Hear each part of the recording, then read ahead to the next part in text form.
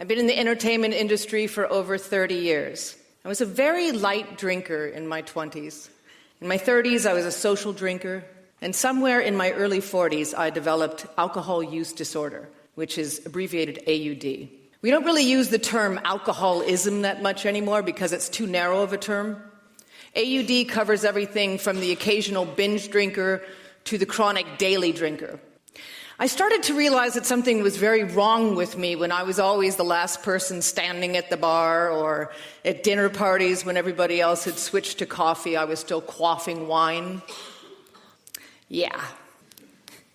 I realized then that I definitely had a problem, so I decided that I would just go cold turkey, sober, and I did.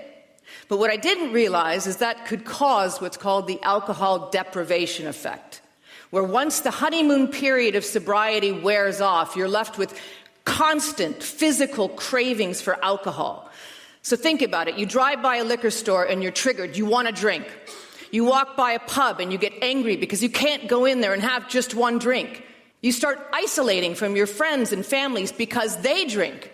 Developing AUD was an incredibly confusing thing for somebody who admittedly likes to be in control. I was definitely not in control of this at all. In fact, I was swept up in a nearly decade-long battle with something I refer to as the monster.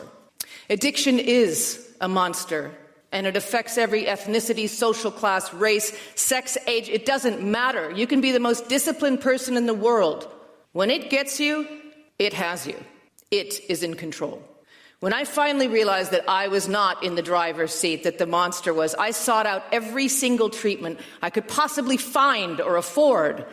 I went to rehab for $30,000 to basically drink wheatgrass and do Tai Chi.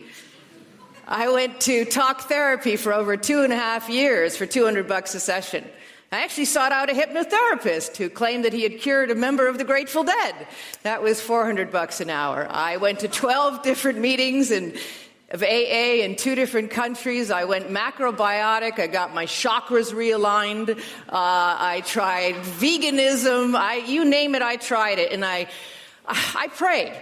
Okay, I prayed until my knees were black and blue. And I still kept relapsing.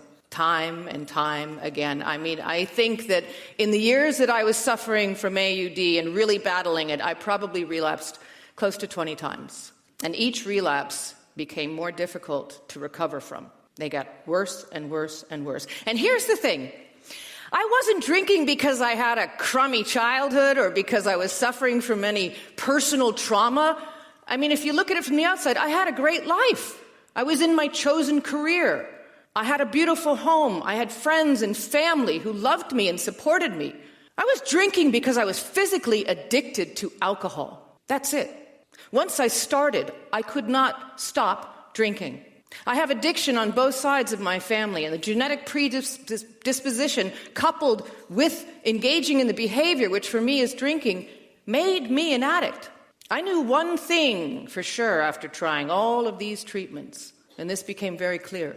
Doing equine therapy, or Tai Chi in some swanky beachfront expensive rehabilitation facility, was not going to fix my biological addiction. By the end of 2008, I had 6 months of sobriety under my belt. And that's when the addict started to talk to me in my head. That's the insidious thing about addiction, is once you have a little bit of sobriety under your belt, you go, hey, I'm not an addict. It whispers to you, go ahead, have a drink. You'll be able to control it, just one drink. So I listened to that idiot in my head, and I went out to dinner that night, and I had a glass of wine, and I came home, and I was so chuffed. Wow, look, the idiot's right. I'm not an addict. I only had 1 glass. Right. Day 2, I had 2 glasses. Day 3, I had 3 glasses, plus I picked up a bottle to bring home and drink on the way home. Day 5, I was in a full-blown binge. I was drinking anything and everything. I would have probably drunk vanilla extract if I had it. When I was finally too ill to drink 1 more drop of alcohol, I did what I always did. Went cold turkey and tried to detox. This time, something went very wrong. I started to suffer from seizures in my body. I lost all control of my motor controls. I couldn't stand up. I couldn't get dressed. So I called a friend, and she took me to my one and only medical detox, where I got to tell you, I was not treated very well. In fact, until they had my $3,000.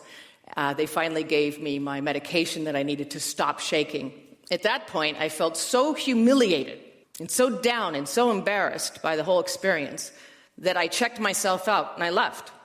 On the way out, there was this little stack of flyers for all these different various treatments for AUD. One of them was for a shot, and this shot promised to eliminate all cravings for alcohol. The shot was over $1,000 a month, that at this point, I would have sold my soul to get better. When I got home, I Googled that shot. It turns out that the main ingredient in it is naltrexone, an FDA-approved, non-addictive, safe medication that's been used to treat AUD since 1994. As I was searching, a book popped up, the rather boldly named The Cure for Alcoholism by Dr.Roy Eskapa. And there was this little sample chapter there, so I read the chapter, and I was absolutely hooked. This made complete sense to the science lover in my head.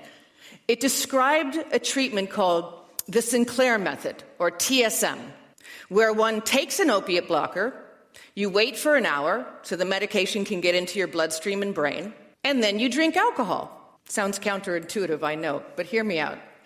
Usually, when an addict drinks, they get a huge reward from alcohol, and that's what makes them want more and more and more. But if you drink on an opiate blocker like naltrexone, or nalmefene if you're here in the UK, instead of the alcohol reinforcing the addictive synapses in the brain, the opiate blocker blocks the endorphins from activating the part of the brain responsible for addiction. It's as if you have a huge room of endorphins living in your brain, right? And every time you drink alcohol, those endorphins rush through the door and they raise hell in your brain and your neural pathways. The opiate blocker stops those endorphins from even leaving the room. It slams that door and it locks it, so they can't even get out and play. Over the course of a couple days or weeks for some people, the body is slowly detoxed, drinking levels dramatically decrease because your cravings for alcohol subside. I didn't have a doctor that would prescribe me naltrexone back then. In fact, when I mentioned it to anybody, they said, "What?" So I ordered my pills from an Indian pharmacy online, 50 milligrams of hope. Took a couple of weeks for the pills to come to me, and when they did, I got to tell you, I was scared out of my mind because I thought, what if it doesn't work? What if it makes me relapse again? What if it's a worse relapse than the last one? But at this point, I was so desperate, I took my chance. So I took the pill, I waited the hour, I poured myself a glass of wine, and it was a miracle. I mean, the wine just sat there while I ate my dinner. There was no head games, no compulsion, no, I want more, more, more, nothing. I took a couple of sips and I went, meh, I'm done. It was a complete miracle. 3 months into TSM, I had my true aha moment. There was this billboard, I hate this billboard, near where I lived in Los Angeles, and every time I drove by it, I had a huge glass of red wine on it, which was my particular poison. Massive glass of red wine. Every time I drove by that billboard, it would trigger me. If I was in drink mode, it would trigger me. I'd go, I want more. If I was in sober mode, I would drive by that billboard and I'd go, damn it, I can't have a glass of wine. This particular day, I drove by that billboard, and my brain said to me, that's just a billboard.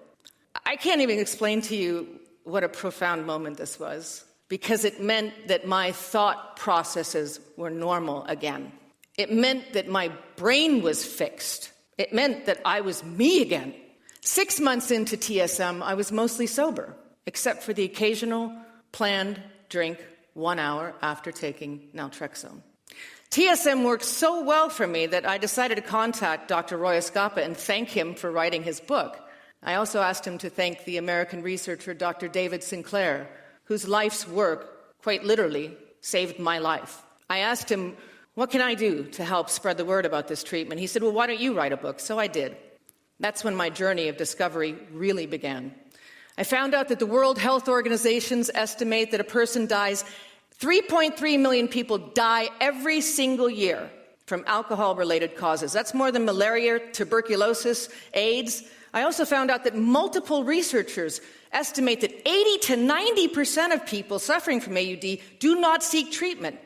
And many of these people don't seek treatment because they've been falsely led to believe that they have to give up alcohol for the rest of their lives, which to a 20 or 30-year-old can be utterly daunting, not to mention kind of unrealistic.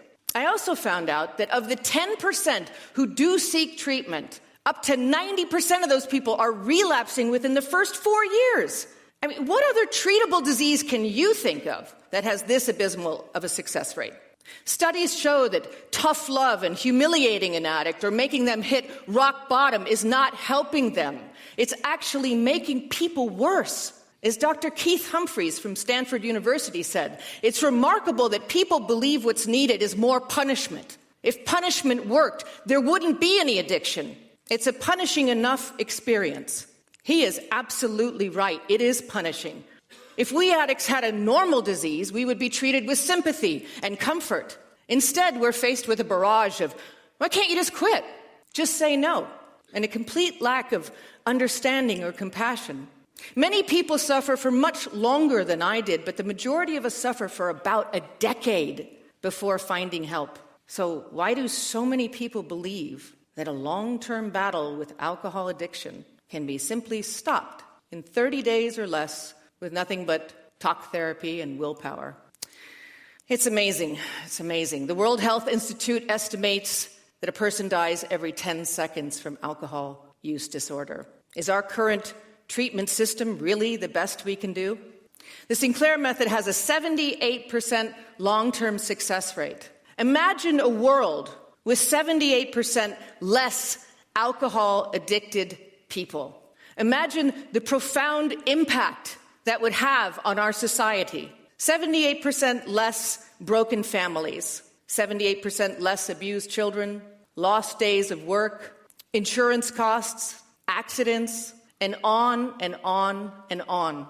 The Sinclair Method uses science to empower your friends, your family, or even yourself to achieve recovery.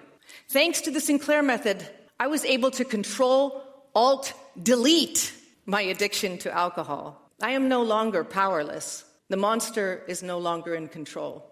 I am. TSM works wonders for alcohol-addicted people. It is my dream to see it become a go-to, regularly offered treatment for those in need. I encourage all of you, I beg you, to please help spread the word of this life-saving treatment. And let's give addicts the option they deserve.